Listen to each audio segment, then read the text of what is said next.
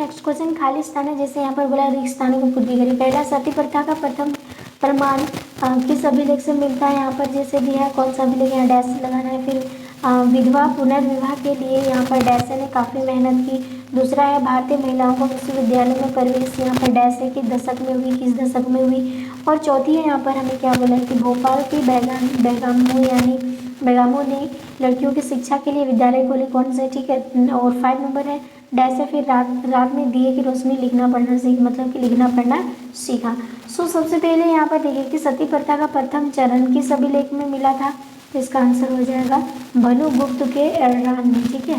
Next question है विधवा पुनर्विवाह के लिए, ठीक है, विधवा पुनर्विवाह के लिए ईश्वरचंद्र विद्यासागर ने क्या किया था। ईश्वरचंद्र विद्यासागर ने काफ़ी जो है मेहनत करा था। 3rd नंबर क्वेश्चन से भारतीय महिलाओं को विश्वविद्यालय में प्रवेश किस दशक में हुई थी, तो आंसर हो जाएगा 1880 के दशक में। नेक्स्ट भोपाल के बेगामों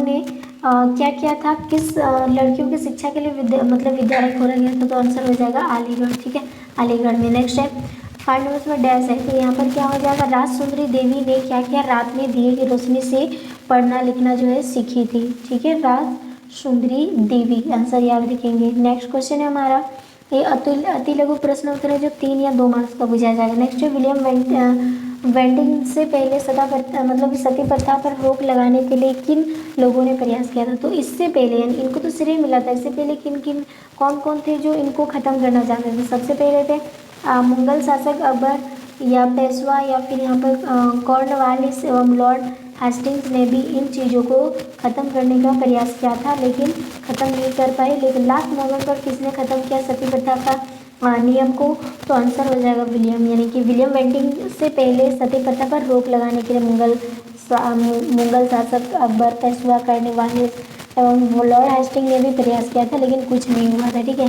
नेक्स्ट क्वेश्चन है यहाँ पर 2 नंबर में बोला है ज्योतिबा फुले कौन थे, तो आंसर हो जाएगा समाज सुधारक में महिलाओं के, यानी कि महाराष्ट्र के जैसे बोला है महाराष्ट्र के ज्योतिबा फुले, यानी कि ज्योतिबा फुले का स्थान अग्रणीय था, यानी कि समाज सुधार में, ठीक है। उन्होंने भारत में महिलाओं की दशा सुधारने हेतु लड़कियों की शिक्षा पर बल दिया। इन्होंने समाज सुधारने के लिए सबसे पहले उन्होंने लड़कियों की शिक्षा पर बल दिया। इसके लिए लड़कियों की शिक्षा के लिए स्कूल भी खोले गए।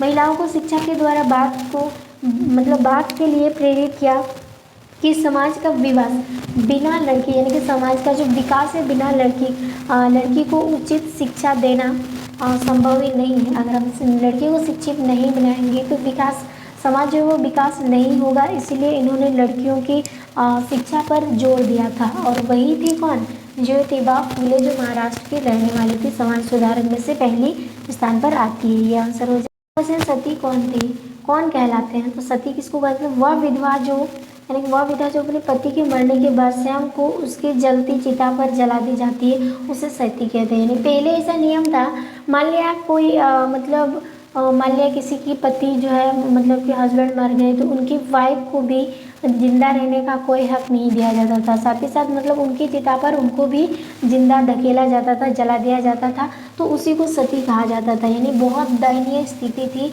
महिलाओं की उस टाइम, ठीक है। और आगे क्वेश्चन, ईश्वरचंद्र विद्यासागर कौन थे, तो आंसर हो जाएगा ईश्वरचंद्र विद्यासागर एक सामाजिक सुधारक थे जिन्होंने विधवा विवाह के पक्ष में प्राचीन ग्रंथों का ही हवाला दिया। यानी कि बहुत ज़्यादा उन्होंने मेहनत करी थी कि विधवा महिलाओं को फिर से विवाह किया जाए, ठीक है। आगे विधवा गृह की स्थापना किसने की और कहाँ की, तो आंसर हो जाएगा विधवा गृह की स्थापना पंडित रमाबाई ने पूना में की थी। आगे प्रार्थना समाज की स्थापना कब की गई थी, तो आंसर हो जाएगा प्रार्थना समाज की स्थापना जो है 1868 ईस्वी में बम्बई में हुआ था। आगे आते हैं लघु प्रश्न उत्तर, ठीक है। लघु प्रश्न उत्तर जो 3 या 4 मार्क्स का पूछा जाएगा, ठीक है। यहाँ पर देखिए 19वीं शताब्दी में लोग लड़कियों को स्कूल जाने से क्यों मना कर रहे थे। 19वीं शताब्दी में लोग की ऐसी सोच थी कि वो लड़कियों को स्कूल जाना मना करते थे। मेन रीज़न ये है कि 19वीं सदी में जो लोग आम धरना पर बैठ गई थी कि अगर लड़कियां स्कूल जाने लगेंगी तो वो घरेलू कामकाज पर ध्यान नहीं देंगी। ऐसे में स्कूल जाने के क्रम में उन्हें सार्वजनिक स्थान, यानी कि जहाँ पे हर कोई रहता है, स्कूल स्थलों से होकर स्कूल गुजरना पड़ता है। लोगों की धारणा थी कि लोगों की बात थी कि इस तरह आने जाने से लड़कियाँ जो है बिगड़ जाएंगी। और वैसे माता पिता जिनके विचार संकीर्ण नहीं होते हैं, उन्होंने घरों में ही लड़कियों को क्या करने लगे थे, पढ़ाने मतलब लड़कियों को पढ़ाने के लिए व्यवस्था की गई थी। ठीक है, नेक्स्ट क्वेश्चन करते हैं 2 नंबर क्वेश्चन। इसमें क्या बोला है कि केशव चंद्र सेन ने बाल विवाह रोकने के लिए प्रयास किया था। केशव चंद्र सेन जो है इस बाल विवाह को रोकने का प्रयास किया था, यानी कि अगर 18 साल से कम उम्र के बच्चे को शादी किया जाता है तो उसको बाल विवाह कहते हैं। ठीक है, सो यहाँ पर देखिएगा भारतीय समाज में बाल विवाह महिलाओं के लिए विकास में एक रोधक बना है, क्योंकि कम उम्र में लड़कियों की शादी कर दी जाती थी। अलग अलग क्षेत्रों में विवाह की उम्र भिन्न भिन्न निर्धारित थी। जैसे बड़ौदा राज्य में 1901 ईस्वी में विवाह के लिए लड़के लड़कियों की उम्र जो है वो जैसे लड़के का 16 और लड़की की 12 निर्धारित थी, लेकिन ये बहुत छोटे छोटे होता है। ठीक है, सो केशव चंद्र सेन ने प्रयासों से 1872 ईस्वी में उन्होंने क्या किया, देसी बाल विवाह अधिनियम पारित हुआ, जिसमें बाल विवाह पर प्रतिबंध लगाने की व्यवस्था भी की गई थी। नेक्स्ट क्वेश्चन है 3rd नंबर। इसमें हमें क्या बोला है, इसमें बोला है कि प्राचीन काल में महिलाओं की सामाजिक स्थिति कैसी थी।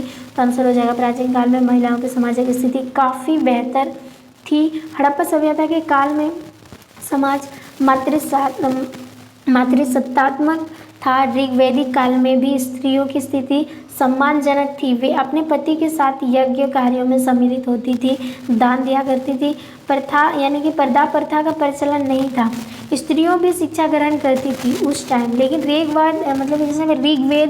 वैदिक काल में लोपामुद्रा, घोषा, सिक्ता, अपाला जैसी विदुषी स्त्रियों का जिक्र मिलता है ये वाली। ठीक है, नेक्स्ट यहाँ पर जैसे विवाह न करने की स्थिति में यदि पुत्री पिता के घर में रहती है तो वह पिता की संपत्ति में हिस्सेदार होती थी। यानी उस टाइम क्या होता था कि स्त्रियों का बिल्कुल सम्मान रखा जाता था। सामान्यतः समाज में एक पत्नी प्रथा का ही प्रचलन था, लेकिन उत्तर वैदिक काल आते आते अब क्या हो गया, ऋग्वैदिक काल में तो ठीक था, लेकिन उत्तर वैदिक काल आते आते अंतवर्गीय विवाह, बहुविवाह, दहेज प्रथा आदि का प्रचलन हो गया। स्त्रियों की दशा ऋग्वैदिक काल की तुलना में अच्छी नहीं रह गई थी, क्योंकि कई ग्रंथों में कन्याओं के जन्म की निंदा भी की गई है। कभी कभी तो स्त्रियों को भी मार दिया जाता था, यानी छोटे बच्चे को अगर लड़की पैदा होते ही उनको मार दिया जाता था। वहीं पुत्र को परिवार का रक्षक बताया गया। गुप्त काल के साहित्य और काला में नारी का आदर्श रूप झलकता है, पर पारिवारिक जो है दृष्टि में उनका स्थान गौण था। पति के मरने पर पत्नी को सती होने की प्रेरित किया जाता था, यानी उनको भी जिंदा जला दिया जाता था। क्वेश्चन है पंडित रमाबाई पर टिप्पणी करी। कौन थे पंडित रमाबाई, इन पर हमें टिप्पणी करनी है, यानी इनकी व्याख्या करना है। ठीक है, तो आंसर हो जाएगा यहाँ पर संस्कृति के महान विदुषी पंडिता रमाबाई ने महिलाओं की दुर्दशा पर एक किताब लिखी, जिसमें उन्होंने कहा कि हिंदू धर्म महिलाओं का दमन करता है। उन्होंने यह भी कहा है कि ससुराल वाले महिलाओं के साथ अत्याचार भी करते हैं। उन्होंने पूना में एक विधवा गृह की स्थापना की, जिसमें अत्याचार सहने वाले महिलाओं को ऐसी चीज़ें दिखाई जाती थी जिससे वे अपनी रोजी रोटी चला सकें। ठीक है, यही थे। आगे है दीर्घ को प्रश्न जो 5 नंबर के, यानी 5 नंबर प्रश्न जो है आपको डायरेक्ट पूछा जाएगा एग्जाम में।